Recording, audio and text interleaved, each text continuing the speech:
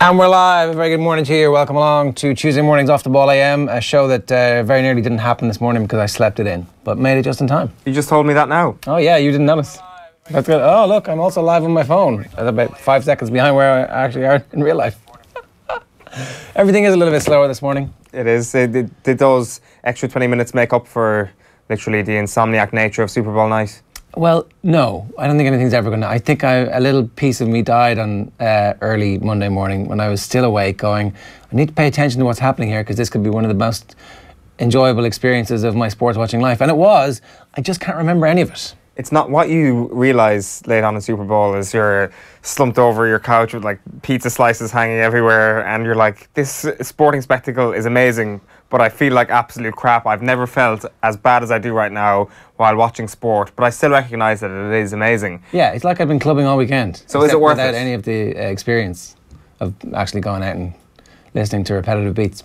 Was it worth it? Yeah, I think so. I did also eat my body weight in chicken wings, which didn't help for most of yesterday. I was kind of wandering around like a slug. So.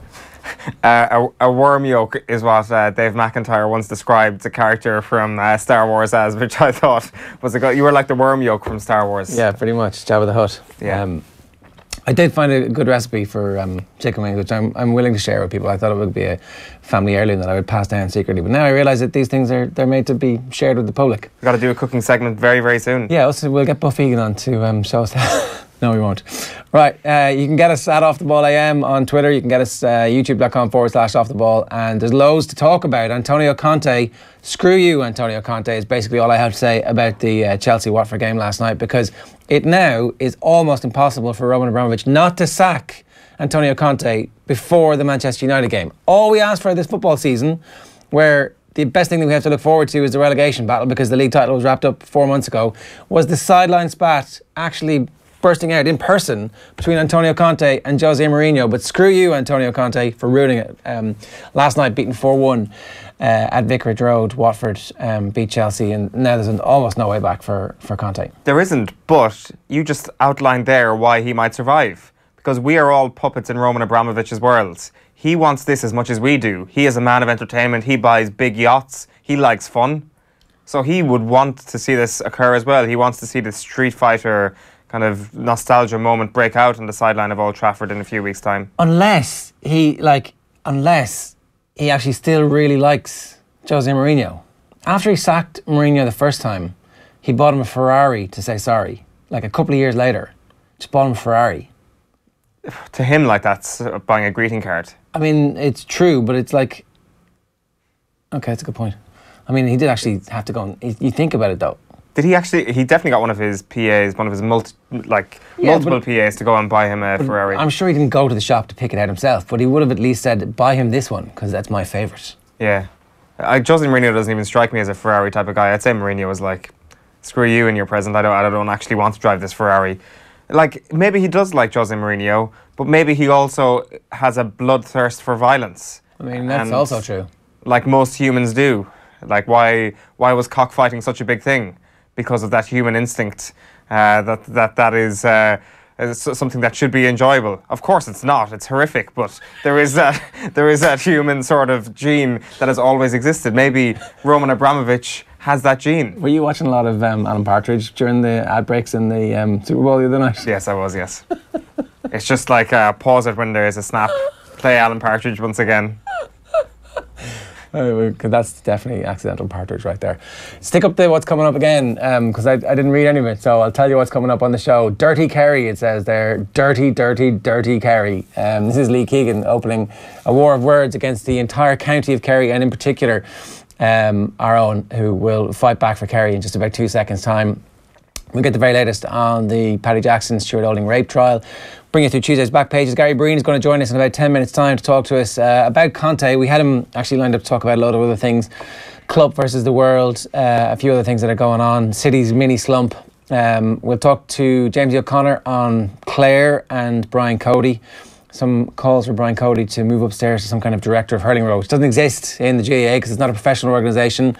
And also Clare were a good 13, 14 points up at one point before they eventually win by 3 points at the weekend. And then Johnny Ward is going to talk to us about the Racing UK and at the races situation, which has been exercised in column inches in racing. We'll get to the bottom of it, why it matters for Irish racing, and we'll give you a full explainer on what exactly has happened. So will we just start with Dirty Kerry, or should we do the papers first? It doesn't really matter because it's going to be on some of the well, let's just start with Dirty Kerry. Why are Kerry such a shower of dirty bastards, Owen?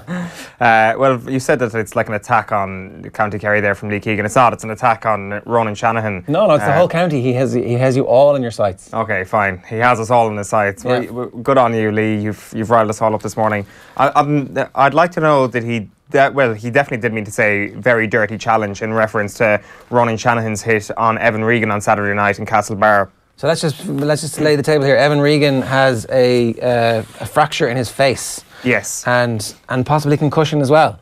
I would say he almost got brought off for concussion. I'd say it's both. It was a bad hit. The thing is, he's in a bad way and probably needs surgery, according to Lee Keegan. Now, didn't confirm that in the statements they issued afterwards, but they did say that he'd been pretty badly injured. Does that make it a deliberate hit? Does that make it something that was definitely done and, by extension, a very dirty hit? I agree. Of course, you look at the injuries. It was a very, very bad tackle. He probably could have been punished more severely. He got a yellow card. He did eventually go off, but it was for a different challenge. That was the first of his 2 yellow cards, was the hit on Evan Regan on Saturday night. Keegan's comments suggest that Shanahan went out of his way to make sure that he was going to injure Evan Regan, and I'm not so sure that was the case. I saw it once. I saw it live when it happened at the time. There was obviously a very negative appraisal of the challenge from everybody in Mayo, as you would. If the tables were turned, I would have reacted similarly. Bloodthirsty? Yeah, go on! Kerry. Is that what you're doing? Yeah, of course. No, I was not. Just to clarify, I'm not that bloodthirsty. Well, you were involved in that spat with the Mayo fans around you at the time. Yeah, kind of. But that wasn't in any bloodthirsty way. It was more kind of a friendly sort of fisticuffs. Yeah, fisticuffs. Yeah, but proper hooliganism in the stands. So I'm not sure how you can make that leap and say Ronan Shanahan picked out Evan Regan and was like, I'm going to get you. But that's not, sorry, no, that suggests malice aforethought. There is a possibility for... he said it was a very dirty challenge. But so, it's possible that a dirty challenge is not something that you have premeditated. It doesn't have to be Roy Keane and Alfinga Haaland. There are tackles where you go too high, the arm slips up or whatever. For me, the shoulder slips up and it's like, you don't pull out. For me, dirty suggests that it is a mental thing as well, that you have... this isn't an accident. Well, that you didn't stop it. It doesn't mean you do it malice aforethought. It means that you didn't stop in the... Well, how are you supposed to stop a high-speed collision of body? Duty of care. Do you have a duty of care? Do you see that duty of care through, and do you accept that you're not... that you have the potential to seriously damage the person you're against? In a contact sport, it's fairly obvious. So if you see... In the middle of a tip tackle, like at a high pace, how do people suddenly stop? What about a high tackle in rugby that is high, despite the fact that the player is going low, the person who is being tackled? That duty of care is always used in that regard as well. So the outcome is important. But yes, it is. But would you refer to that as a very dirty tackle? I've never really... obviously you've got deliberate high tackles in rugby that are referred to as very dirty correctly. But there are certain high tackles that aren't deliberate. Keith Earl's high tackle, penalty only, no yellow card during the week on Saturday. Yeah. It's like, it looks like he's trying to wrap the player up to get the ball to start a choke tackle. The arm comes up. It's not a very, very dirty tackle. You have seen those very, very dirty tackles where the clothesline goes up. There's no effort to wrap the ball.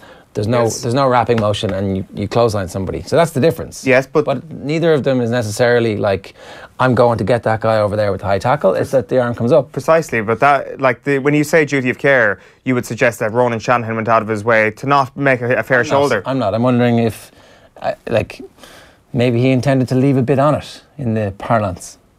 Can I have the Examiner there? Because there's an interesting column from John Fogarty today talking about this very, very issue about cynicism. And it's completely unrelated. It just happens to be in the paper on the same day. I don't think he even mentions the Keegan comments, does he? No, he doesn't. He doesn't. But he talks about Mikey Sheehy. Yeah, I thought it was basically the Sheehy comments that got lost as a result of his comments on Kerry fans. Does he talk about Mayo, or is it Dublin he refers to, and just this hard edge that they have? And of course, this whole notion that Kerry are whiter than white is complete nonsense. I mean, you can't survive in Gaelic football this decade unless you have a serious edge to you. Dublin have it, Mayo have it, We saw, I think he was referring to Sheehy. I think Sheehy was talking about after the Dean Rock Free last year, was it? He was, yeah. So I could understand Lee Keegan's frustration throwing the GPS unit at Dean Rock. He knew it, they knew it, that the game was up unless they won the next kick out, and then the Dubs made sure they weren't going to win the next kick out. Fair play to Dublin for what they did. They manhandled their players, kicked away the thing. I would have no issue with players doing that once you win the game. So that's the win at all cost mentality, writ large, from Mikey Sheehy, the selector of the Kerry football team at the minute. And I would suspect that football fans, supporters, as opposed to those people who care about the, you know, the influence that win at all costs has on real life, are like, yeah, that's exactly what we want from our team. That was a very interesting layer to the Dublin thing last year when everybody was giving out about what happened. Of course, no neutral wants to see it, but if it was your own team, would you be cheering it on? Of course you would. This wasn't a thing that was specific to Dublin. If Mayo were in that position, they mightn't have been smart enough to do it as systematically as Dublin did it. But would they have any problem morally to do it? I'd suspect not. Would Kerry have any problem on a moral level doing it? Of course they wouldn't. Does that grim you out? It does a little bit. If you're not grimmed out a small bit by that, then I don't think you're very human, are you? Of course, and as you say, there was a worrying element as to this being a potential first step on things getting worse. With a game getting faster, with one referee, do we need to instigate a double referee refereeing two sides of the pitch that we can stamp these things out? Do we need to make sure that if you see a challenge like Ronan Shanahan's on Saturday night, does that mean an automatic red card? Because I assume the referees is thinking the same way as I am, that, right, he went in for the shoulder, he badly mistimed it, the player went down low, so therefore he's connected right with his head. And as you say, the outcome is grim. Yeah. And that should be a red card. Maybe we should be looking in that way, whereas the intent wasn't. That's the only thing. So we don't know about intent.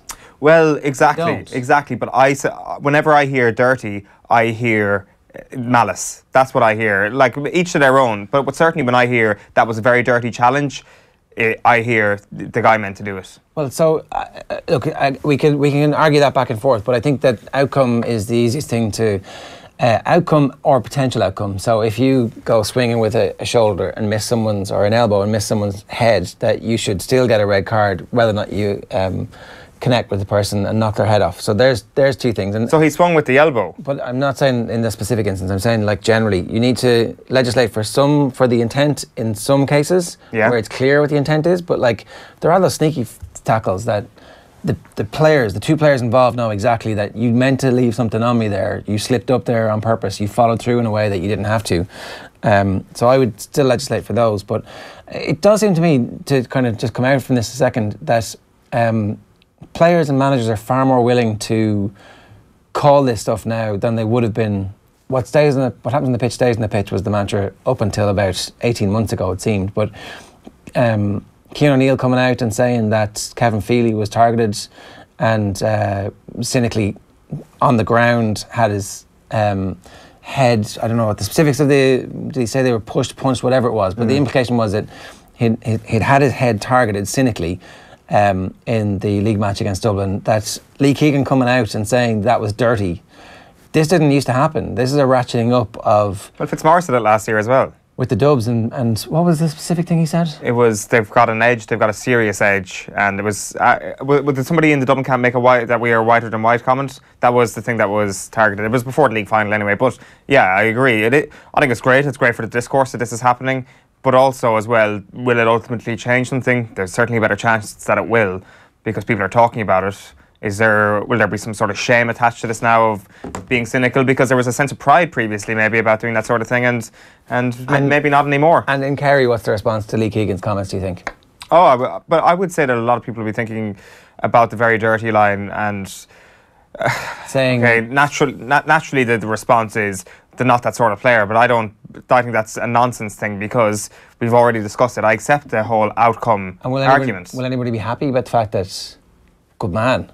Well, so if you read James Horan's column yesterday, he basically makes the point that Mayo got out-cynicked by a bunch of kids, basically, and he was saying that was almost borderline embarrassing for Mayo. So this isn't one-way traffic that because Kerry have come out on top that they're suddenly sitting high and mighty about this, that there was kind of a resigned nature from James Horan yesterday that say next time they come up against each other, Mayo need to be the ones with the harder edges.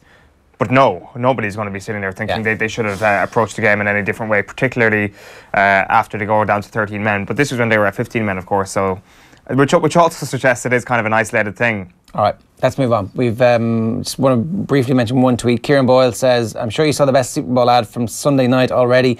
Big fan of the morning show, fellas. Catch it on the way to work. A shout out would be nice in the morning. Cheers. So that's a shout out to you, Kieran Boyle. And I presume you're talking about the Eli Odell Beckham Jr. ads where one of them is Jennifer Grey and one of them is Patrick Swayze. You see this? No. You didn't? No. I put it in the Slack channel. I clearly don't read any work-related messages. It was copyright, so I didn't. But it was an ad. Anyway, we could have played it on the show, I suspect, without having the copyright gremlins coming and sucking the show off our servers. Dirty Dancing, Time of My Life. Yes. You know the iconic scenes. Yes. Genuinely iconic. Yeah. Okay. Yeah, they are genuinely iconic. Everything's iconic these days. Well, that's your second Buffy Egan reference in today's show. Well, yeah, there you go. Exactly. The debasement of our language through Snapchat. There's a PhD candidacy for somebody. So Odell Beckham Jr. I think is Jennifer Grey, and Eli Manning is Patrick Swayze, and they do the whole thing. That's a pretty good idea. With the offensive line being the backing dancers. I'm sure that's exactly how they picture the season panning out. We don't want to go to Super Bowl. We just want to appear on at some commercial break dancing with each other. It was weird. It was weird. I would imagine Eli Manning is not the type of guy who kind of gets into that sort of stuff very easily. I'd say there was a lot of persuasion done. I don't think there was. It's like, yeah, you're gonna do it. Yeah, how much money are we getting paid for this? It's going to be brilliant. And who was the commercial for? The NFL / the Giants. So they're not even getting paid for this. This is probably written in their contract. I know there'd be a super extra bonus points for that. Not sure. Plus, then you're next. You now suddenly open yourself up to a whole new strain of, you can laugh at yourself. You can do this ad and this ad and this ad and this ad. Yeah, laughing at yourself is probably a very good gene to have if you're a New York Giants player right now. So good on Eli, good on Odell. I'd say Odell had some moves. Yeah. Well, not as good as Jennifer Grey. Well, obviously not. Let's do the papers. Yeah, we're going to start with the Conte stories because he is everywhere today. It seems like it's the end of the road almost for him. We're going to start with the Irish Examiner, who you took away a moment ago, which has something to do with Antonio Conte on the front page. End of the line. Conte on brink as Chelsea implode at Watford. Also on the back of the Mirror, done for. Unhappy Conte on the brink of exit as feeble 10-man Blues are humbled by Watford. Meanwhile, on the back of the Irish Daily Mail, it says, what a stinker, with Antonio Conte pictured there. He knows his time at Chelsea may be up. On the back of the Irish Daily Star then, it says, what a mess. Watford 4, Chelsea 1. Carnage for Conte as 10-man Chelsea self-destructs. While on the back of the Evening Herald, Conte on the brink. Chelsea boss faces the sack as champions trounced by Watford. And then finally on the Conte leads, on the back of the Sun, over to you, Rom. Conte on brink as Blues crash. Beaten pretty comprehensively by Watford last night. Gerard Deulofeu doing all the damage. Keegan cries foul over Kerry's bad tackle on Regan. But I get this right. So Evan Regan got a bad injury at the weekend, so that could curtail his league campaign again. I thought he was doing okay. I thought he had a good game against Monaghan. Got a bad tackle at the weekend and he got a bad outcome there, a broken jaw. He's going to have to try and look after that for a couple of months anyway.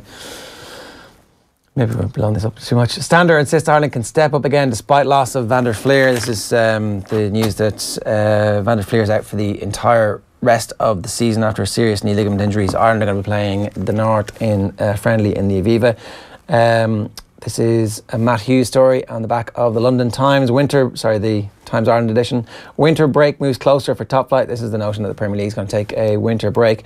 And then the referee was misguided for talking about TV. There's no VAR, obviously, in the Premier League because the Premier League is waiting for everybody else to catch up with it. So in that farrago at the weekend when the 2-2 draw happened between Liverpool and Spurs, the notion of TV being referenced at any point was wrong.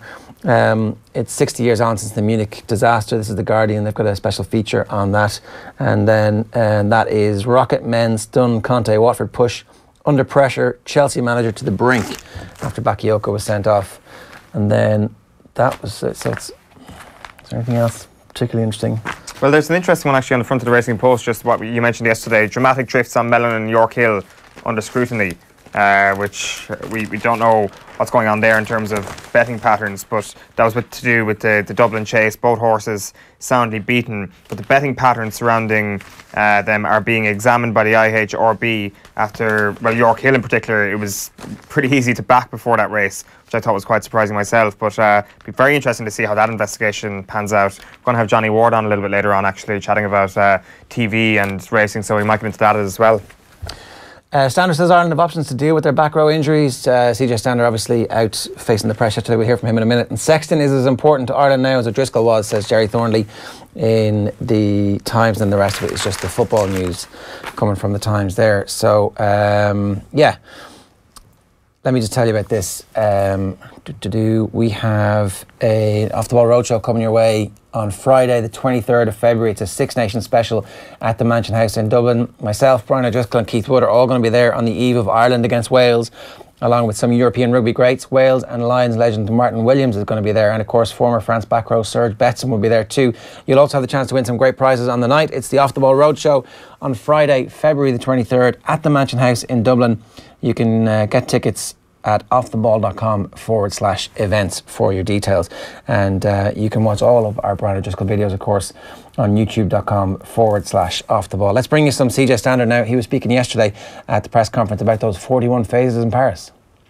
I was in the bottom of a rock, so I was trying to just see if I didn't know really what's happening, so I was trying to look at Nigel's arm, and it went up quite late, and then I found myself on my own, me and Pete.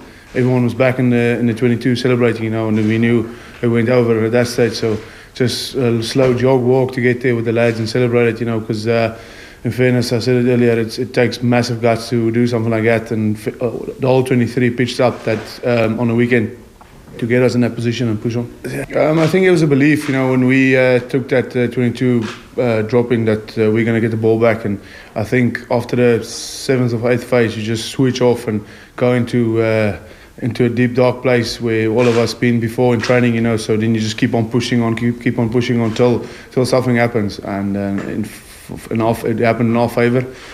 We probably, as forwards and as forwards in our perspective, we just keep on working hard, and the backs will do some magic, so you just go to a dark place. There you go. That's CJ Stander talking about a dark place. Yeah, I would imagine the hell that you were experiencing at any point when you were involved with those 41 phases on Saturday was incredible. But I was looking at them kind of flailing through each phase, and I was thinking to myself, if there is one set of people who are going through anything worse than those Irish players, it's the fellas that they're up against, because they always say that defending in those situations is much harder on the body. But it seemed that just going through the phases, maybe it was because of the way the game went for the previous 78 minutes, that the Irish seemed a lot tired of going through that, and just managing to get through that, being in that dark place, being able to avoid making any errors was almost as impressive as the drop goal. Yeah, because there was definitely a sense that the team was going to be hammered. Joe Schmidt was going to be hammered if we lose that game, considering how heavily favoured we were and the rabble that we thought France were going to be. But then France played really well. We have ghosts in Paris in our rugby history so many times. And coming through it, you really hope that it has a much bigger impact than just a narrow win in a Six Nations game. That actually this is one of those moments where they look back in years to come and go, from that point forward, we were unbreakable as a team, as a unit. That was really important to us. I hope so. I hope the ghosts of Paris are kind of used as a positive thing from this point forth, because as you say, suddenly the 1 point win looks like a more impressive thing, not because of the opposition we were up against, but because of the history of the fixture. Okay, let's move on. A couple of quick comments. James Bannon says, has there ever been a team with such player power as Chelsea? How many times are the players down tools to get the manager sacked? Maybe Real Madrid. Certainly it seems as if they are a finicky bunch who are completely untrustworthy. It's probably fair. It's a little bit harsh. I'm not sure about this group of Chelsea players. I think he's certainly correct in the past with Chelsea players. But you look at the way they finished last season, certainly after that infamous game now against Arsenal when they moved to back three, I would say that kind of instilled some steel in this Chelsea side, that they wouldn't be the type of players that down tools, except if you look at Tiémoué Bakayoke's performance last night, and that was pretty horrendous. All right, Gary Breen, good morning to you. How you doing? Morning, guys. Have Chelsea down tools on Antonio Conte, and did they actually do it about 5 weeks ago? Quite possibly, because you look at the reaction of some of their players, and obviously when a player's been dropped out of the team and then gets back in, the likes of David Luiz, just see his reaction to that fourth goal where he leaves his slot and just ambles out and then jogs back in. And the problem he has is when he won the title last season, he obviously felt that he was able to flex his muscles and get the type of control that few Chelsea managers before him have ever had. That didn't materialise. But even his handling of the Costa situation, he made a rod for his own back. Costa will have a lot of friends within that Chelsea squad, the way he was ostracised, and even the way Conte, foolishly really for a manager of his experience, just to text that message, he really undermined the club's position in trying to sell him then, because it looked like Costa was only ever going to go to Atletico.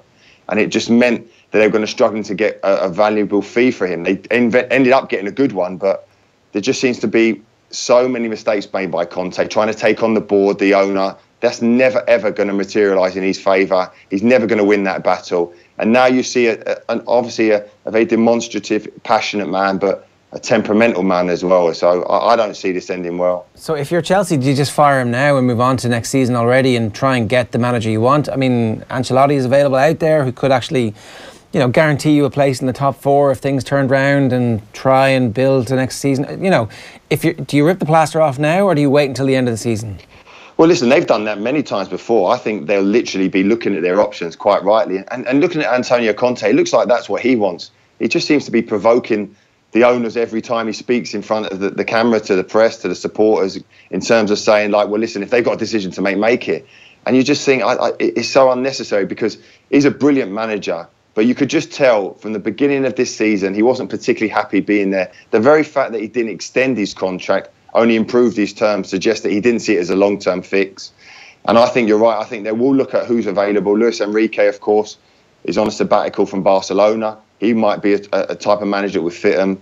Certainly the Atletico Madrid manager is someone they've always courted, but whether or not they can get him out of there remains to be seen. And you're right, they may well go back to managers that they've had before. They've done that with Gus Hiddink coming in just to steady the ship, just to allow the board some time to get the manager in that they want. But certainly it's a major disappointment, but not something we haven't seen before with Chelsea, as you guys quite rightly said about Mourinho and that group of players downing tools on him. And Conte said he didn't want to have a Mourinho season. Well, unfortunately, he's having one. Yeah, do the players have to shoulder any responsibility? Or sorry, of course they have to shoulder responsibility, but how much blame do they actually get for what's going on? Because regardless of whether or not the manager is the ultimate power broker at the club, they're still the same group of players who were so dominant and brilliant last season. Absolutely, but it really infuriated me when well, not this complete set of players, but when Chelsea done it to Mourinho, because it looked like player power was taking control at Chelsea, and we've seen it over the years. They're a very dominant changing room, led by John Terry, those type of guys, real characters as such. And when it happened against Mourinho, I was furious, because there was no way that Mourinho was doing anything different. It literally was the players down tools, and the hierarchy at the club backed the players.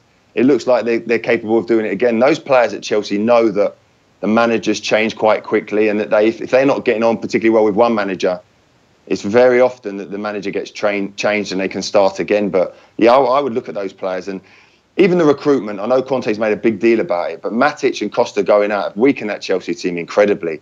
Bakayoko coming in is nowhere near good enough in terms of what Conte and Matic were doing in central midfield last season. And the decision to change them to maybe reduce the age of that midfield just doesn't make any sense. Drinkwater was brought in. He's only a year younger than Matic. So I didn't understand how the argument they were saying they were trying to re-energise the squad. It just didn't add up to me. Is it fair to say, Gary, that when Roman Abramovich makes a signing for himself, we often see it every summer, that we ponder whether or not it's a manager signing or an ownership signing? Are we seeing the power of an ownership signing at this time of year, when Roman Abramovich knows that he's signed a couple of these players, that their loyalty is to him and not to Antonio Conte?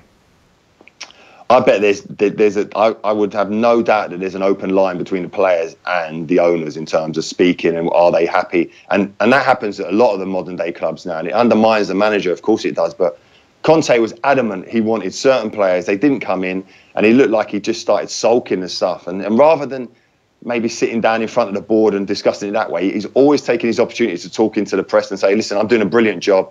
Well, they're not. They really look like they're in danger now of going out of the Champions League top four places. And if that is the case, I think Chelsea probably will act soon because they cannot afford to be out of that. Like, who comes to Chelsea now and thinks, I'm going to be here for longer than 18 months? Like, who really will have the power ever to make the responsibility, to take the responsibility for the signings, to, like, it's essentially a caretaker's job with good money.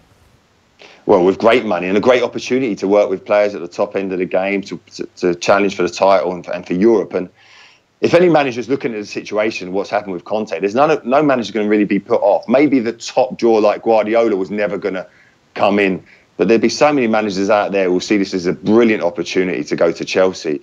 And it was interesting that Conte have said this season, he said that he's seen all the managers before and the problems they had and he couldn't understand it. Well, now he understands it. And that's the difference. It's a short-term fix. And I think Chelsea fans, even though they're hearing a lot, and they adore Conte, but even though they know what's happening now, they're just used to it. They know that it'll go, another one will come in. And that type of remit that Chelsea have had over the years has been so successful. So how can you really argue with it? The upcoming games against Barcelona, like, so what are we, today's the 6th and the next game is the 20th. The home leg is the 20th. So that's 14 days. If you fire him tonight, you get 2 weeks for somebody to come in and do that. If you don't fire him, then he's got to be around for those fixtures, right? Because you can't, I mean, they could, and they've done it before, they could fire him in the middle of that. But do they give him that game to save his entire rest of season? It's such a difficult one to call. If you're listening to his sound bites and the way he's poking the owners and he's literally daring them to make the decision. It's as if Conte thinks, well, listen, I've had enough of it, but I'm going to make sure I get my contract paid out in full. But Chelsea got a big decision to make because I think ultimately you may not like the manager, but you will look and see how are the players reacting to him.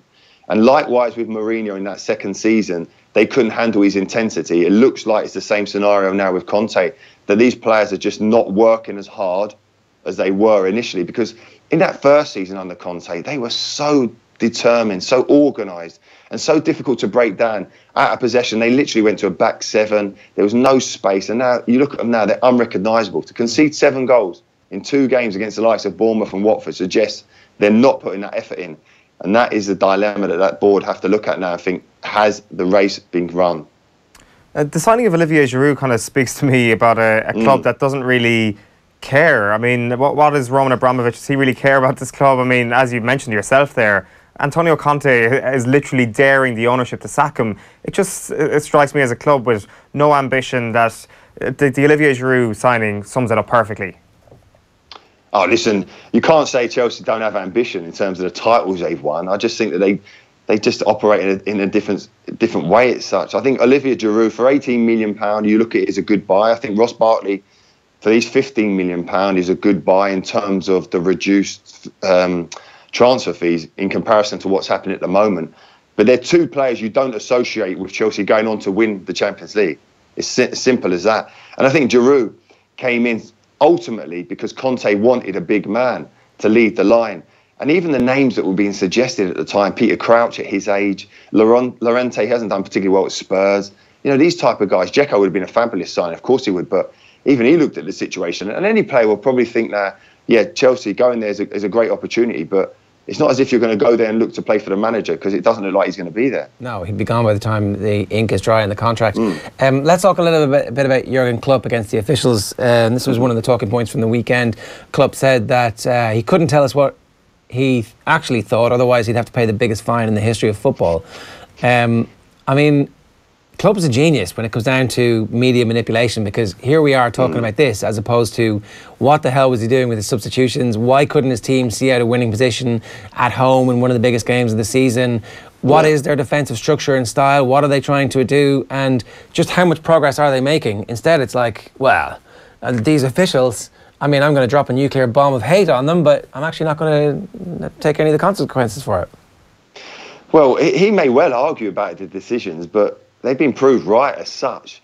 The only thing is that there's so many different referees and ex-referees, top referees, officials who are looking after the referees now, and even half of them are disagreeing with those decisions. So it's down to interpretation in terms of whether like Lovren was looking to play the ball, and they say the big term was it a deliberate action? Well, he obviously went to clear it. He gets a touch on it.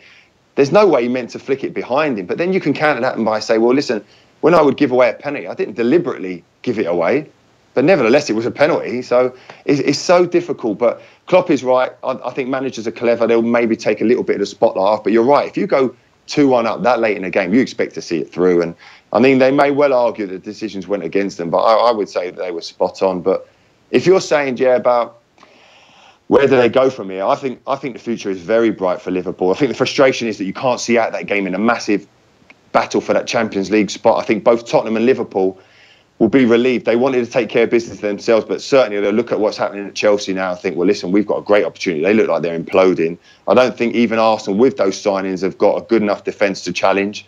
So I would still expect Spurs and Liverpool to cement a Champions League place, but certainly it was a brilliant game to watch. What did you think of Dele Alli diving yet again? Listen, these modern day footballers, they're doing it all the time. And I think people are arguing in terms of Harry Kane diving for the penalty. But forwards now, they touch the ball. They make sure that they put their leg in an area where it can engage the contact. And then it's a decision for the referee to make. But it was a blatant dive. And the only concern for me in certain scenarios like that is that because the referee's seen it, they've booked him. There's no two-match ban. If the referee hadn't seen it, I think it should be one rule across the board. If he has been booked for diving like that, it should still be a too-much ban. If we'd had seen it and the referee hadn't seen it and they went to a panel afterwards, a retrospective ban would have seen him out of the Tottenham team. I think they need to be more consistent about that. Yeah, because that might actually have some impact in stamping it out. And it might stop people doing it. Final point on Klopp and the future is bright. I can see the future for that group of players if they're all kept together and a new goalkeeper being bright. But the difficulty that Liverpool have had over the last couple of seasons is every time a Fernando Torres or a Suarez or a Coutinho and now a Salah reaches the level they're at, the world's biggest clubs come calling, and Liverpool have traditionally over the last half decade or decade sold that player for a massive amount of money and tried to use it to rebuild. So that moment has to come really, really soon for Liverpool. Yeah, that is the frustration. Of course it is. And you're right. The amount of money that they have got in for those top players, quite often they've wasted it. And that's the concern. You're looking like Liverpool on the cusp of having a really good team who could potentially challenge City and certainly close the gap. But I think Klopp is probably used to this. At Dortmund, he would have had the same scenario. He knew the market he was working in. He would get players in, work, develop them. And the problem that he had at the time, he's getting them to Champions League final. They're winning the Bundesliga. But then Bayern Munich flex their muscles and come and cherry pick his best players. So I think he will understand it. I think he's always looking for the next batch to come through. But it's just about timing. You just want to keep those group of players just together for 6 months, a season, to see whether or not they can actually win that elusive Premier League title. We'll move on, I guess, to the next thing we wanted to chat about, which was Manchester United and Romelu Lukaku's role in this team, because I was reading some interesting stuff from James Ducker at the weekend in the Daily Telegraph, and he spoke about how Manchester United set up on the back of Lukaku getting taken off at the weekend, and just more fluidity in the team, more speed, more pace, with Sanchez in the middle, and I think it was, who would it have been, Rashford and Martial either side of him, and then Pogba, crucially, playing on the left as a midfield three, So obviously, from a Pogba perspective, that's where they got the best out of him from Juventus. But I thought that little note about Sanchez playing in the 9 role with Lukaku getting taken off for the first time in his Manchester United career without an injury was very, very interesting. Well, it was, and I think Mourinho will put a spin on it that Lukaku has played far too much football this season. Like you said, he's not missed a minute unless he's been injured. But certainly Sanchez, if you're thinking about Sanchez going there, you don't see him playing out on the wing as such in terms of like hugging the touchline, creating space. He's always driving through the middle. So I think there will be an option to play him at centre forward. And as you quite rightly said, then you've got those flying machines outside in Martial, Rashford. But the key point is Pogba. It's been proved he struggles in a two-man midfield. He got so exposed against Tottenham with Eriksen just playing in the pocket behind him. He's too advanced with the ball. We know how good for our own sins how good Eriksen is in those pockets.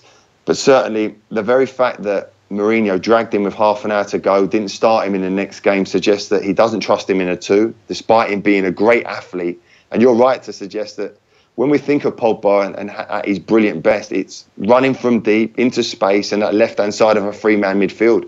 And I think you need that extra man in there because he lacks discipline at times. He goes hunting the ball. He wants to be a star player. And the reality is you kind of want him in those advanced areas so he can do something. But I think it's going to be a massive call now, because in those big games in the big business end of the season, in big head-to-heads, may it be in the Champions League, I wouldn't be surprised if Lukaku doesn't start.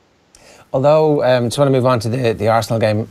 Although it was a hat-trick for Aaron Ramsey, a lot of people were saying that it was Mkhitaryan's just general sense of spatial awareness and willingness to make those difficult runs and passes that actually allowed the free-flowing, free-scoring performance from Arsenal. Do you buy that? Is it too early to say that he's had that kind of impact? And what is the future for this group as a forward unit at least? Oh yeah, well listen, I think Mkhitaryan has got a perfect fit at Arsenal. He obviously struggled with the intensity of the demanding nature of Jose Mourinho in terms of every day. I think he'll enjoy the fact that he's far more relaxed at Arsenal in terms of forward players can literally go and play off the cuff. There's no settled play. There's no defensive responsibilities as such. And he's definitely a player that Wenger's admired for a long time. So that looks a really good sign. And it's a lucky one, really, because that's not by design. If Sanchez seen out his contract, there was no way he was going to be able to get Mkhitaryan as early as he has done. So I think it's worked out. I think he's been lucky there, Wenger. But certainly Aubameyang as well looks like a centre forward of top quality. We know that. He's a temperamental type of player as well, but he may well thrive. But as much as they look great going forward, and they put Everton to the sword, who were particularly poor defensively, I think even Big Sam said they were shambles. The reality is that Arsenal will break your heart. They'll be great going forward, but defensively, they're not good enough. And they are what they are. They're the 6th best team in the Premier League. I might just get one last point in there, Gary, and just to chat about Manchester City. They're going to win the Premier League, but I'm not sure, was there certain signs of weakness at the weekend? And how would you feel if you were an academy player for Manchester City now, and Pep Guardiola feels 6 subs? Well, listen, I think more as the academy manager or the youth team manager as such, and you're developing these players. But I can counter it as well to say, well, listen, you can't just give a position to a player. He has to earn it. And if he feels that there's no one who earned the right, then that's up to him. I think we can't ever accuse Pep Guardiola of not giving young players an opportunity. We've seen him develop the players out of the Barcelona academy into world-class players. We've seen the likes of Phil Foden get his opportunity in the Champions League, and other young players as well. So it's not a scenario based on that. I think it's just something that people probably looked at and think, well, why didn't he just give the young players an opportunity just to be in and around the first team on a match day, in terms of how they conduct themselves, what's expected of them. But as he rightly said, he rarely uses he really needs 7 subs on the bench anyway. So, I mean, I think a lot's been made of it. I wouldn't take too much into it. And any worries about their most recent mini-slump? Yeah, well, I think even listening to De Bruyne, I think they need these 3 days off. They're desperate for it. A lot of those players have played a lot of minutes. And of course, they've been taking some robust challenges as well. So it just allows the body just to settle down, even the mind just to have a rest and recover to go again. But they're a fabulous team. And the new signing at centre-half looks like he's going to add to that. A left-sided centre-half who could come out comfortably and make the passes that we know that they like to do. But listen, Manchester City have been brilliant. And they're literally on they're going to have the title within the next month or so. Possibly at Old Trafford. Good stuff. Thanks a million. Thanks, guys. Gary Breen with us this morning here. A couple of quick comments for you. Has there ever been... We already did that one, yeah. Please keep Conte. Chelsea, we can turn our season around, says Michael O'Sullivan. They can't now. It's too late, isn't it? Well, unless they beat Barcelona in the Champions League. Would you put it past Antonio Conte to have this master plan that could beat a Barcelona team that in the first section of the season maybe showed some signs of frailty, despite the fact that they opened up a 12-point lead very early days in La Liga, which I thought was one of the biggest paradoxes of the footballing year. As in, we saw a Barcelona team with chinks in their armour, and they were killing everybody in Spain. I think those chinks have been kind of ironed out a small bit. And can they do it on a wet Tuesday night at Stamford Bridge? I think they probably can. Yeah, in fact, I would be very, very confident that they will. But that would be something that could save their season. That is the only way. And even if everything is rosy in Chelsea right now, it is still the only thing they've got left for them at this point to actually try and have some sort of iconic nature to this season, to use that word once again. If a Mayo defender did what Shanahan did to Sean O'Shea or Clifford, they would have been sent off, says Adrian McGrath. I'm not sure about that. I would say no. I disagree with that completely. Actually, I would say it would have been a yellow card as well. I'm not saying that it's right or wrong, though. All right, to hurling now. Tommy Walsh was on Off the Ball on the radio on News Talk last night, and just had an interesting take on the new Kilkenny team that we're seeing. Have a look. There's a lot of attention going towards Kilkenny, I suppose, because of their success over the last 15, 20 years. But Joe, I was at a coaching seminar there in the last 2 weeks, and one of the speakers gave a very, I suppose, interesting talk and told a great story. He was saying there's this guy, old guy, he was going down to the beach one day, his local beach, and there was hundreds and hundreds of fish after, I suppose, coming up onto the shore. And there was a little lad down there, and he was throwing the fish one by one back into the sea.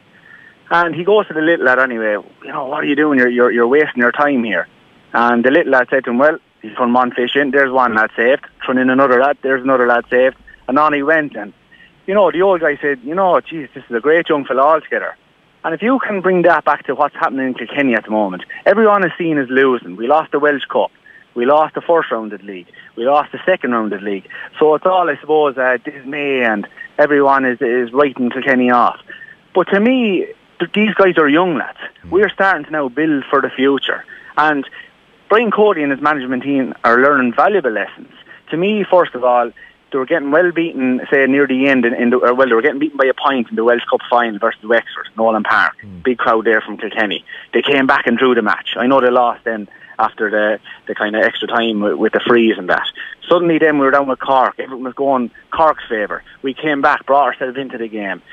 Listen, I know we lost it in the end. Same again yesterday. I'd say just before half-time it looked like Clare were going to wipe the floor with Kilkenny. But these guys came back and back and back. And this is not the old Kilkenny. This is the new Kilkenny. Yeah. The new young lads are coming through. Jamesie O'Connor, good morning to you. Morning, Ger. Morning, Owen. I wonder, do you have any fish analogies for us? He's a gas man. I get the point he's making, though, that this Kilkenny team actually did show a bit of character when they were 13 odd points down against Clare. Absolutely, and I was down with Tommy in Porky Keeve the previous Saturday night, and until Killian Buckley went off, I mean, he was down, I think it was an 8 minute delay with an injury. I think they were level at that point, and they brought themselves right back into the game. So Tommy's very encouraged about, you know, Martin Keown and Pat Ling, you know, Alan Murphy and some of these younger players. And, you know, when you look at Clare had practically, I'd say 12, 13 maybe of what would be their likely championship 15 out. Kilkenny have an awful lot of good quality players to come back. So I think there are a lot of positive signs for Kilkenny, and these guys just need time. You don't become an inter-county hurler, you know, physically, strength-wise overnight, and it's going to take time. But listen, they have the right management team behind them. What about the actual style of play? Can you tell how Kilkenny are trying to hurl at the moment? Not really. I mean, again, they're you know, Walter Walsh, you know, did a lot of good things at full forward against Cork. I thought he showed well for the ball. He gives them that outlet where they can go long, they can go direct.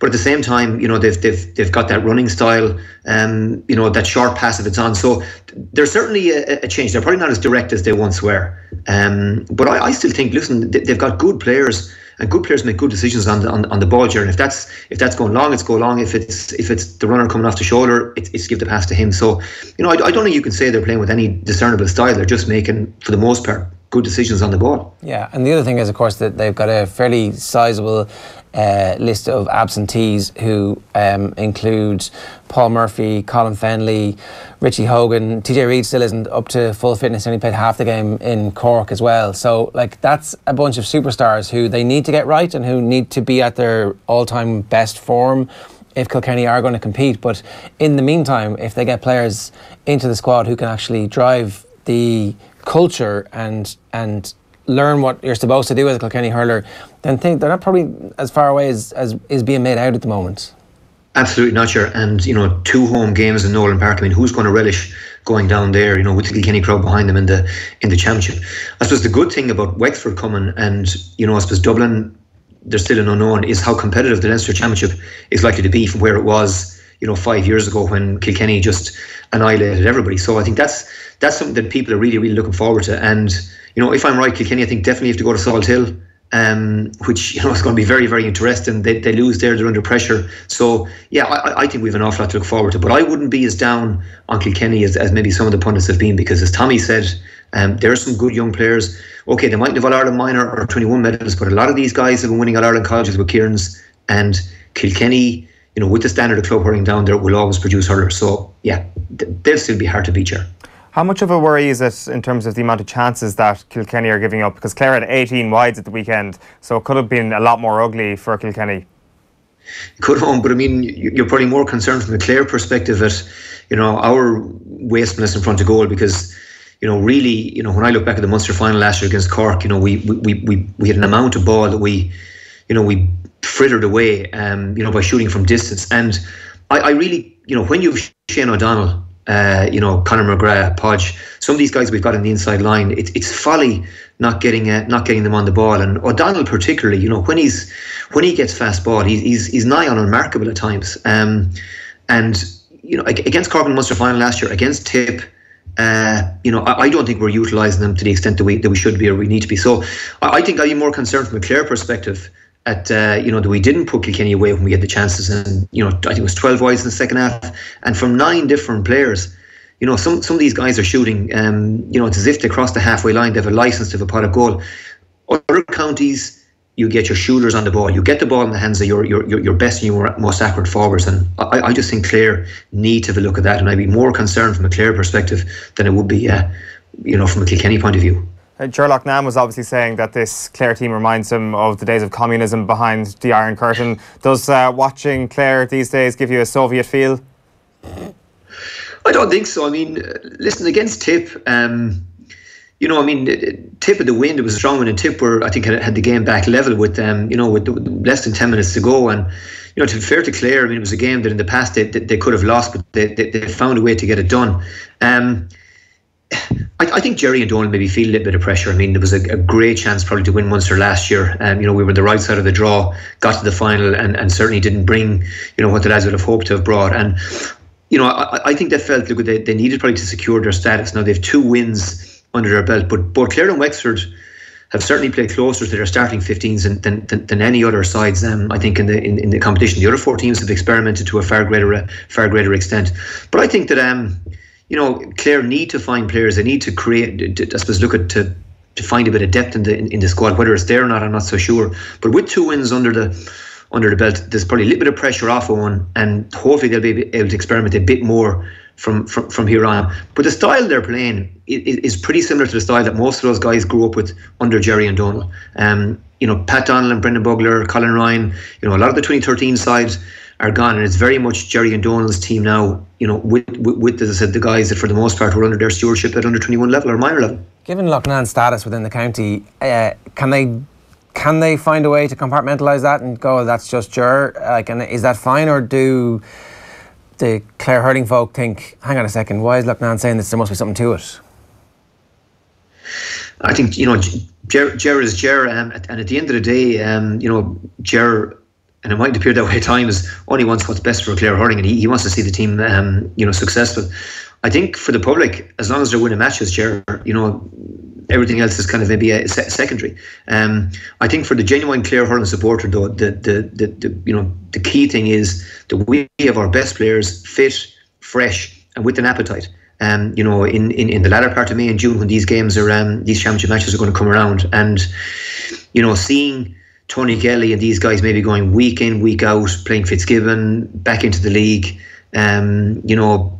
been flogged maybe a little bit earlier in the year is something that maybe would be a concern. But I think, listen, Jerry and Donald aren't stupid. Again, they'll know that it's about having these guys, as I said, ready for May. That's ultimately when they're going to be judged. And every team, I think, is finding out, how we're going to handle this, because you've got to get a bank of training done. I think Clare and Wexford probably went about it differently in terms of going a little bit earlier. Waterford, maybe Galway, can be a bit more judicious about it. They're coming back later. I think they had to start back later. The league isn't likely to go as well for them because the reality is they're physically behind where Clare, Wexford, maybe some of the other teams are at. So I wouldn't be too concerned about where Clare are at. I just like to see us experimenting a little bit more and trying to find the depth that, look at, with 4 games in 5 weeks we're going to need.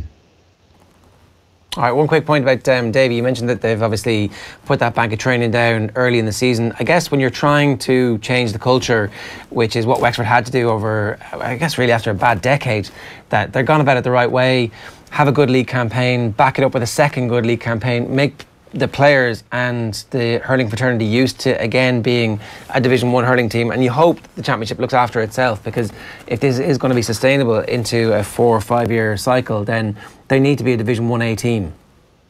They probably do, and again, I think to be, credit to Wexford, they probably started before Davy got there with that under 21 success. And, those 21 teams, I suppose, are, mean that Davy has, I suppose, a conveyor belt of talent coming through. And I think a bit like Clare, maybe in 2011, 2012, 2013, you felt that the younger players coming through were probably better than maybe some of the older players that they were replacing. And I think to go down to Nolan Park and winning the league last year, to beat them down there again in the Walsh Cup, and that game against Cork could very easily have been lost at the weekend. It does huge things for the team's confidence, the team's well-being, and sometimes again, winning tight, narrow matches is more beneficial than winning games quite easily. So I think you'd be very encouraged by the way they finished and closed the game out against Cork, because Cork didn't really look, when it came down to a dogfight, like they were going to win the game. And Wexford playing with a bit more confidence, so that they moved the ball well.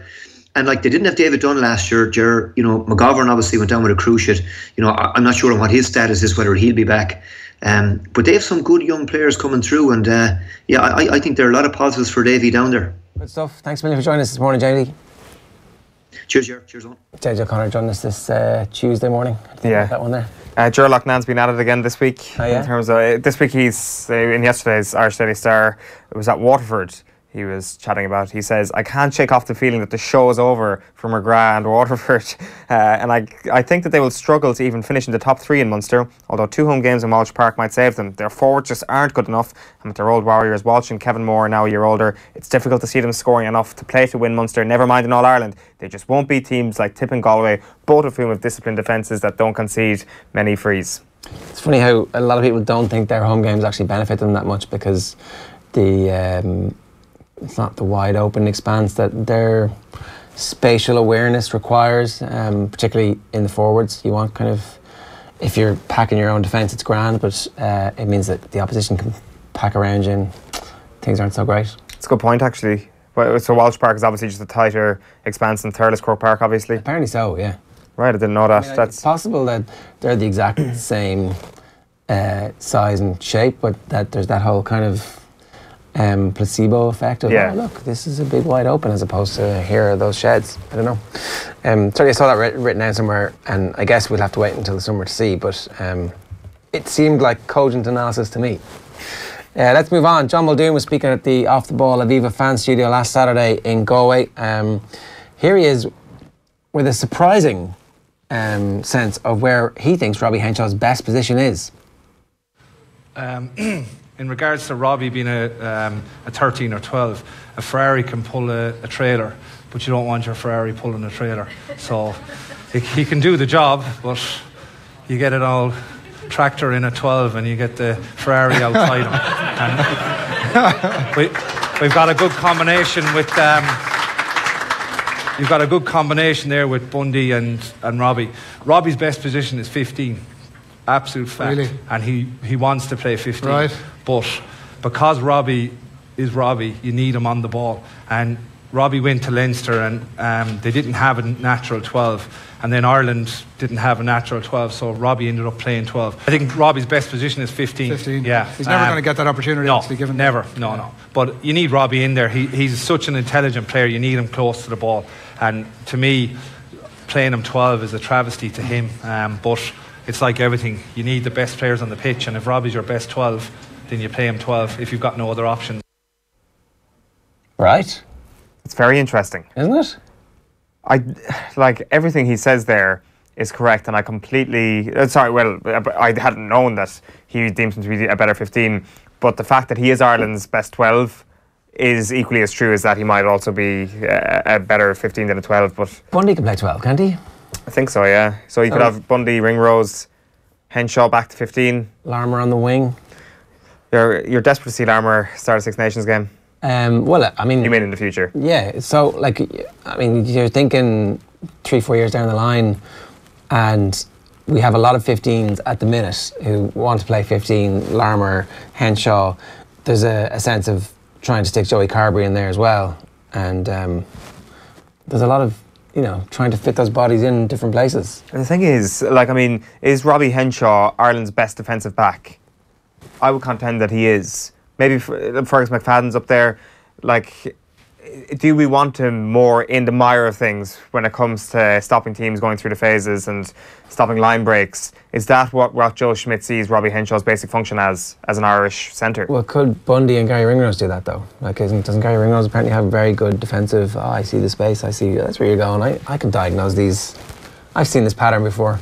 Right, okay. But certainly in terms of what's actually been proven in terms of his capabilities, everybody says, well, Henshaw, certainly this season anyway, everybody's just been saying Henshaw's defensively has been outstanding in this game. He's an absolute lock for the Ireland team. That was the reason why you can never drop Robbie Henshaw, because he is to a point faultless when it comes to his defensive capabilities sometimes. But can't you, if he's full back, you can, when you're defending, you can switch things around and go, I wonder how much does that alter things though, because as you mentioned, that Ringrose capability of being able to survey the landscape in front of you, the landscape looks a hell of a lot different back at 15, and I'm sure that Robbie Henshaw's got that skill as well. I'd be very interested. I think we should try it out. I would love to see somebody try it out and see how it turns out, because it could work spectacularly, and then everybody starts to get thinking. But I'm sure if John Muldoon is saying it, Joe Schmidt must know it, no? We need a proper video game a la Madden to be able to go, okay, I'm picking him there and him there and him there, and it's like a proper AI version of the sport where you can play it a million times and go, we win 999,000 times with Robbie Henshaw at full back. I'm going to go Robbie Henshaw full back. Is that what basic NFL scouting comprises of? Simulating games on Madden? Is there a good rugby game at the moment? I'm not even sure there is. I used to have Rugby 08, which was quite a simple game to score tries in. You just ran to one sideline and then ran along the sideline, and nobody could stop you if you had a player fast enough. But I don't think they do those games anymore, unfortunately. Alright, going to play a clip of Ruby Walsh from last Friday night. He was with us in studio. We got chatting about the place that horse racing holds in the Irish sporting landscape and whether or not it will ever be a national sport here in Ireland. I'd love to back Johnny up there because I'm horse racing to the core, but I'm afraid your national sport has to be something that the majority of the population at least have tried to play. The majority of the population are never going to try and ride a horse.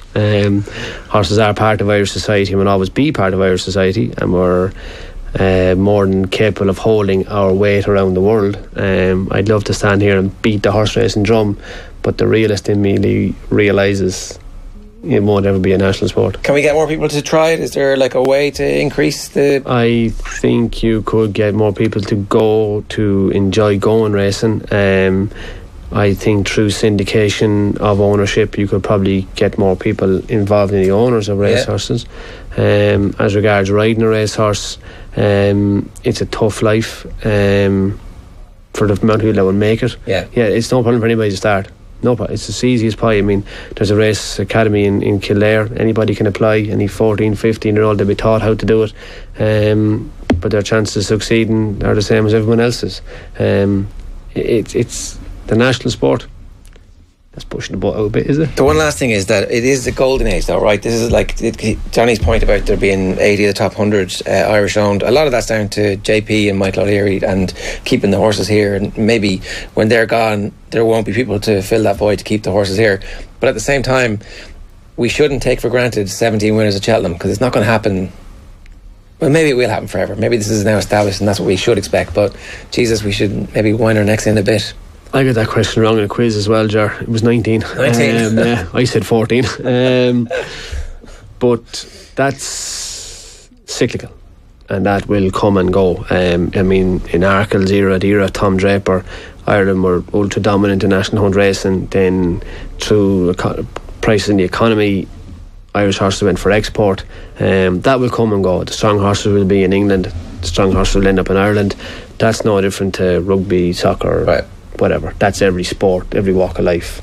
It's the economy. It'll go up and down. So celebrate it like mad when it's here. Yeah, enjoy it when it's here, because it will not always be that way. Now, thanks to Charlie Haughey, and what people may say like or dislike what he did, he founded his idea with the stallions being tax-free, stallions that were tax-free, has definitely been the building block for a huge industry.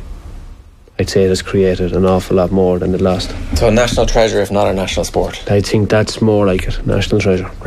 Ruby Walsh in the studio with us last Friday. That full interview, well worth digging out. It's on youtube.com/offtheball. And we might tweet a link to it after 9 o'clock this morning. Now, you might have noticed that there's been a story evolving over the last 48 hours or so with around the rights to the broadcast of Irish racing. To get to the bottom of it and to explain why it's important, we're joined on the line this morning by Johnny Ward, who is at Dublin Airport. Johnny, good morning to you. You're jet set, are you? Morning. Good morning, guys. I am indeed. How are you? All good, yeah, all good. I should point out, just in relation to this chat, that I actually started doing a bit of freelance work for Racing UK on Friday, the very day that this new TV rights deal was announced. So if I'm any way partisan, you can throw that at me, I suppose. We didn't know that. All right, so that kind of ruins this piece. I presume they're brilliant, and this is an amazing development for the future of Irish racing. So, I for one welcome our new overlords. You know. What is the exact situation here? So just explain to us, at the races and Racing UK, what's the difference? How do people access them, and why has this got so many people exercised? Yeah, I mean, and it has gotten people exercised. Like Michael O'Leary has come out, very strongly against it. Eddie O'Leary, his brother, the Jigginstown pair. We're only seeing your mouth there. Sit back a tiny bit. That's it. Yeah, that's much Sorry, better. guys. Yeah. Let see the dog. So, yeah, it's gotten people energised because it's going to mean that people are going to have to pay to watch Irish racing. Now, at the races isn't strictly free to air at the moment, but it is kind of part of the basic packages that you can get. And at the races, has been covering Irish racing now for well over a decade and has been doing a good job, albeit not a flawless job by any means. There's been no HD brought in. And I would have some issues with that, the races. But in fairness, because it has so little in terms of English racing, Irish racing is really the jewel in the crown of at the races. It has a small enough number of English tracks. It has very small numbers of the actual good meetings in Britain. So the Irish racing, which is also very, very strong at the moment anyway, became the jewel in the crown. But just to the shock of, I think, everyone really, it was announced on Friday that SIS, which is the control of Irish racing rights for the shops and for TVs at home, has decided to go with Racing UK, subject to it being ratified today by the Association of Irish Racecourses. So it's going to take place from the start of next year onwards, and very interesting times ahead, but obviously a lot of people are concerned about the repercussions. So, at the races is free if you are, say, a Sky Sports subscriber, or does it come with the basic Sky package? Like, again, a lot of people who aren't racing fans probably haven't gone to dig out at the races, and they may have it or they may not have it. So, if you're like an Air subscriber, do you get it free? If you're a Virgin subscriber, how many people, for example, are actually going to lose out here? Yeah, quite a lot. If you can get it, as far as I know, as part of your Sky package without lumping in all the sport, and then some of the other platforms like Air and Virgin, without being 100% sure, it's certainly part of one of the more modestly priced packages as well, again without lumping in Sky Sports. So basically you can get at the races as part of your standard package relatively cheap. In contrast, at the moment, Racing UK costs in the region of €30 a month. So that's a lot of money, really. €300 a year to watch racing is going to be out of the price range, I would say, of a lot of people. It's good news, obviously, for RTE, because RTE can now say that it'll have more people watching its coverage, and RTE has actually increased its coverage as well. But I think Racing UK is around 50,000 subscribers.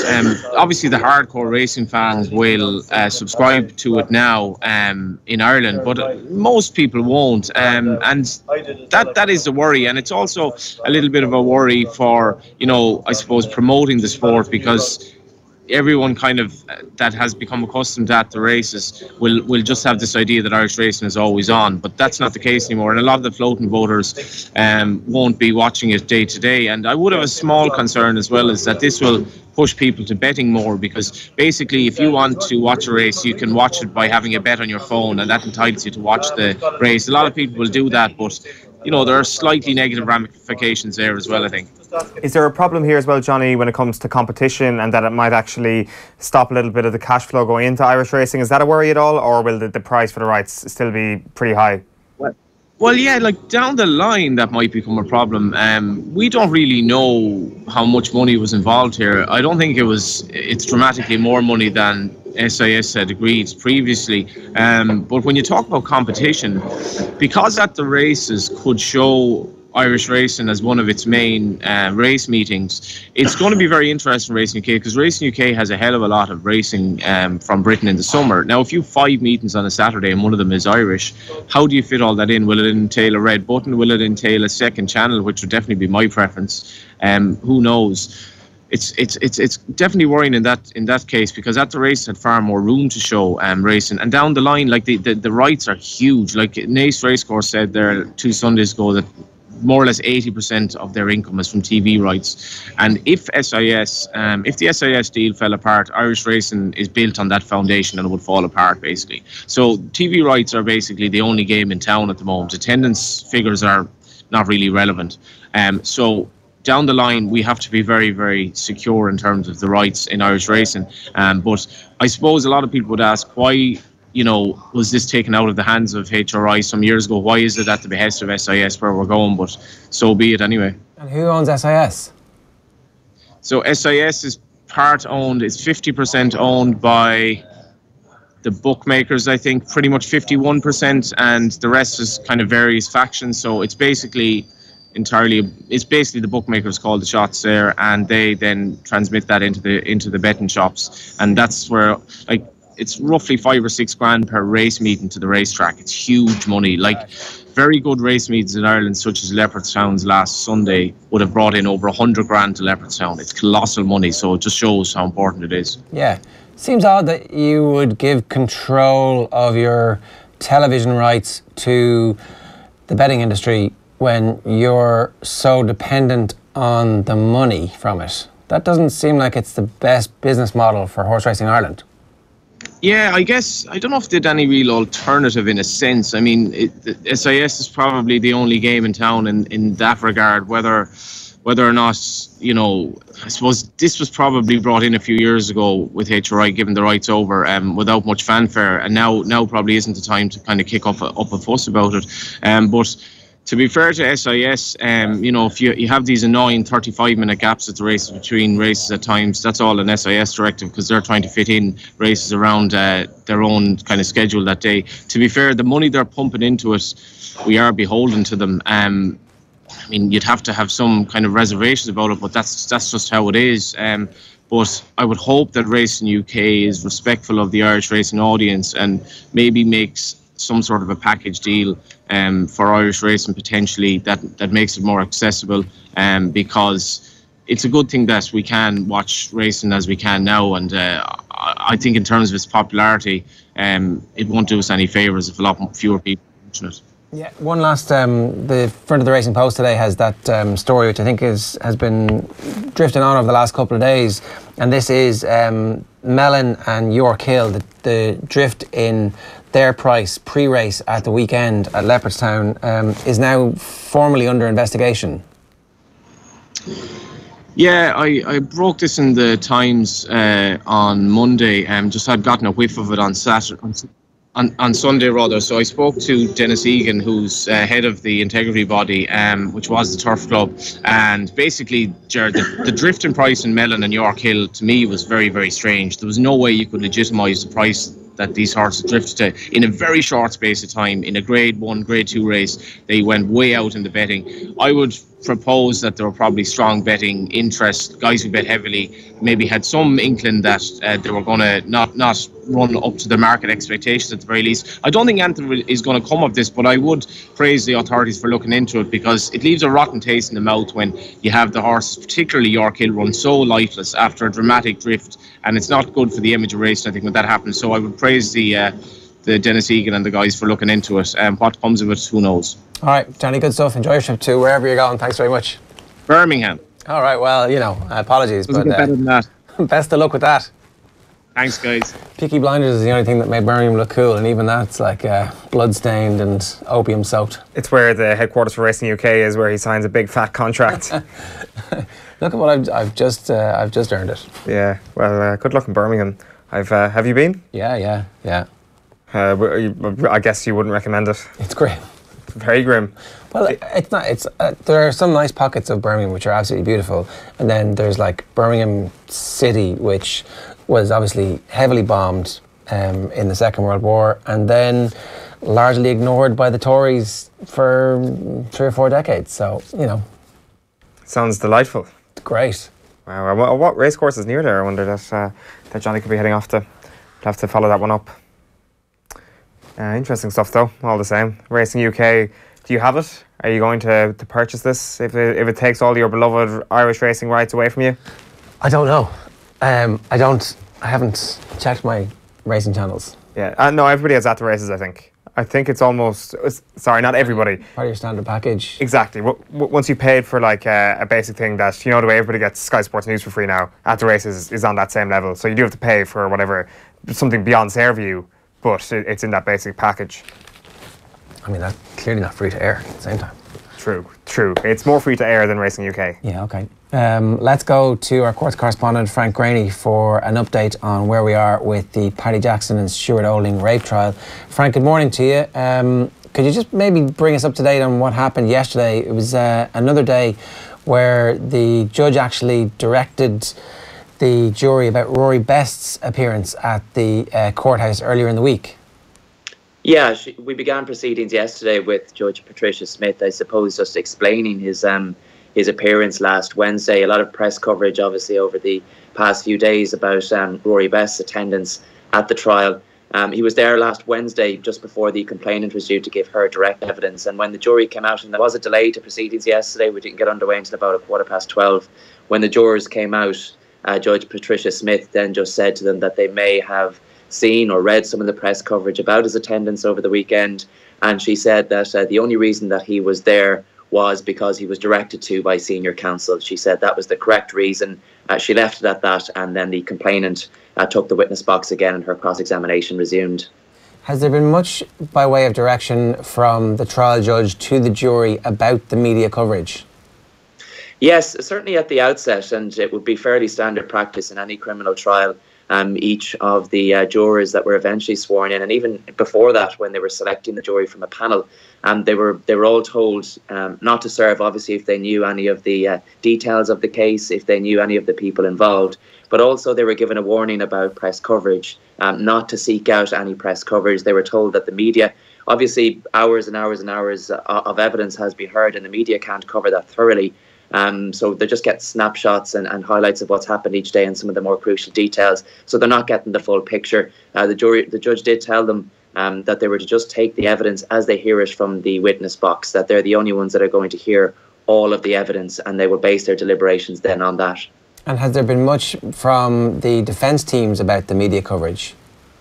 Not to date, no, there hasn't. There is some legal argument expected today. We don't know what that legal argument will be about, and indeed the jury has been told not to come in today, and there has been a family bereavement, I think, amongst one of the jurors, so there's a funeral to be attended today, so there will be no evidence actually heard today, but the court will be working in the absence of the jury. And just to explain procedurally, when there is legal argument around a trial like this, you can't report on that because it's not evidence that will be given to the jury, is that correct? Correct, yes. These kind of things happen in the background in the absence of the jury. Basically, the rule of thumb is the golden rule, so to speak, is that you can only report on something that is said in the presence of the jury. So today, for example, will be a full day of legal argument, and while I will be there in attendance, I won't be able to cover that. Now, after the fact, after a jury has been discharged, or if there has been a conclusion to the trial, a conviction or acquittal otherwise, you can go back then and report on what was said in the absence of the jury. And that does happen from time to time. We had that down in Dublin, for example, when the banking trial was going on before Dublin Circuit Criminal Court. There was a lot of days spent in legal argument, and in the aftermath of the trial, that would have been reported on extensively then. Okay, and so yesterday the complainant was continuing to be cross-examined by the defence team. Is there much more of that cross-examination scheduled into the rest of the week? I wouldn't say so. Yesterday was day 3 of Paddy Jackson's barrister's cross-examination. Brendan Kelly, he has been cross-examining her at length, and I suppose yesterday he just went through again some of the finer details. He asked her about her recollections of some of the allegations that she has made against his client.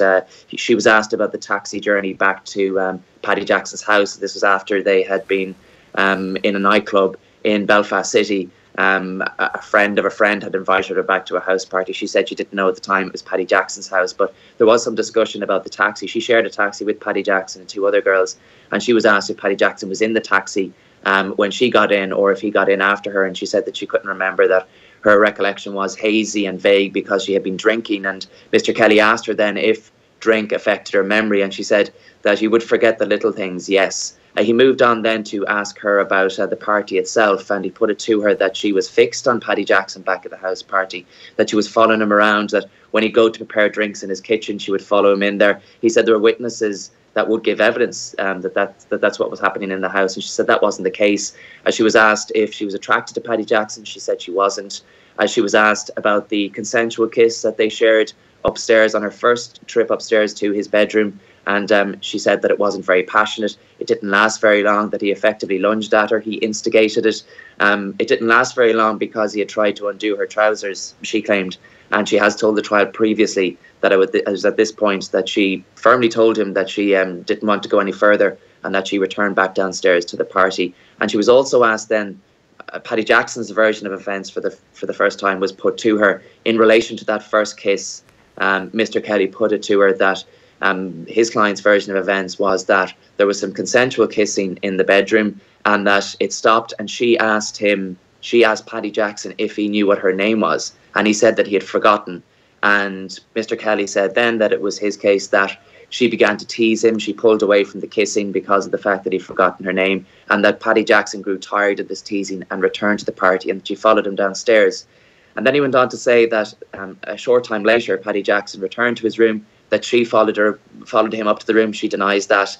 And this is where the alleged rape took place. Now, Paddy Jackson's version of events is that there was some more consensual kissing, that they moved to the bed where there was some more passionate kissing, that it was her who undid his trousers, that they engaged in some sexual acts, and that it was all consensual. She denied that account entirely. He said that it was his case that Stuart Olding, obviously Paddy Jackson's Ulster teammate, who was also on trial for rape and also denies that charge, it is his case that Stuart Olding then walked in, and that she motioned him over to the bed where she performed a certain sexual act on him as well. She denied at every point that version of events. Is that the first time that the court has heard that version of events? It's the first time that we've heard it in such detail. There was mention of it in the prosecuting barrister's opening address. Toby Hedworth opened the case obviously on behalf of the Crown last week, and that was something that was mentioned, but certainly it was the first time that it was put to the complainant, and she denied that account and that version of events. There was also mention of a bag, which has been mentioned throughout, that when she left the room that first time after that consensual kiss with Paddy Jackson and went back downstairs to the party, she said that the mood downstairs had shifted, and that one of the accused, Blaine McElroy, who is a friend of Paddy Jackson and Stuart Olding's, and he's accused of 1 count of exposure. And she said that when she came down, the atmosphere had changed, and that Blaine McElroy had a couple of girls on his knee, and that they were taking photographs. And she said she felt it was time to go home, so she put her shoes on and she was preparing to leave. But she said that she realised at this point that she'd left her bag somewhere, and that she went upstairs to check on it. And she claims that that's when Paddy Jackson then pushed her on the bed and forced himself on her. Now, Mr. Kelly, in his cross-examination yesterday, showed her some enlarged photographs that were taken from the party of the moment when she was actually putting her shoes on. It was a selfie taken by Paddy Jackson, and she happens to be caught in the background pushing her shoes on. There was an enlarged photograph shown where she can be seen with something black in her hand, and Mr. Kelly was asking her if that was in fact the bag that she claims she then subsequently went upstairs for, and she said that she couldn't confirm if it was. She said that her recollection was that the bag wasn't in her possession, and that's why she went upstairs. Okay, and so obviously there are 3 other defendants in the case as well. Will their barristers also cross-examine the complainant? They'll certainly be given the opportunity to. Paddy Jackson's barrister still has a little bit of cross-examination left. If the court isn't sitting today, there is some legal business that has to be conducted in the jury's absence, like I've mentioned. So there won't be any further cross-examination until tomorrow. Paddy Jackson's barrister will finish up his cross-examination, and then each of the remaining 3 legal teams will be given an opportunity to cross-examine the complainant. They're under no obligation to do so. This is a criminal trial. It's up to the prosecution to prove the case beyond a reasonable doubt. They don't have to put up any sort of defence, but I imagine each of the 3 legal teams will take the opportunity to cross-examine the witness, and that should take another couple of days. All right, Frank Rainey, good stuff. Thanks very much for joining us this morning. It's our quartz correspondent, Frank Graney there. As ever, if you want to get in touch with us, you can get us on Twitter. You can follow us at Off The Ball AM. We're also on YouTube and Facebook, youtube.com/Off The Ball or facebook.com/Off The Ball as well. Tonight on Off The Ball on the radio, Lee Keegan will chat to Kevin Kilbane. Maybe there'll be details of the filthy challenge that was meted out. Have Kerry... Very dirty. Yeah, sorry, it's migrating now. Will Kerry bite back at this? Will they close ranks? Will they laugh it off? It's an absolute badge of pride, isn't it? My take on it is the very dirty equals deliberate. But if that's not the way they take it, then they're like, grand. We've complained enough about Dublin being very dirty to us down through the years, and Dublin are the greatest team of this era. So why not tar ourselves with that brush as well? I think badge of honour, wouldn't you? Don't know. Be a bit worried about getting a reputation, and the next time he accidentally challenges somebody, the referee straight over with a red card. He won't get a reputation that's like because it wasn't every deliberate. GAA referee in the country is like, oh, I wonder what happened over there. Why is Lee Keegan coming out with this stuff? Really? Yeah. You think referees are affected by the media?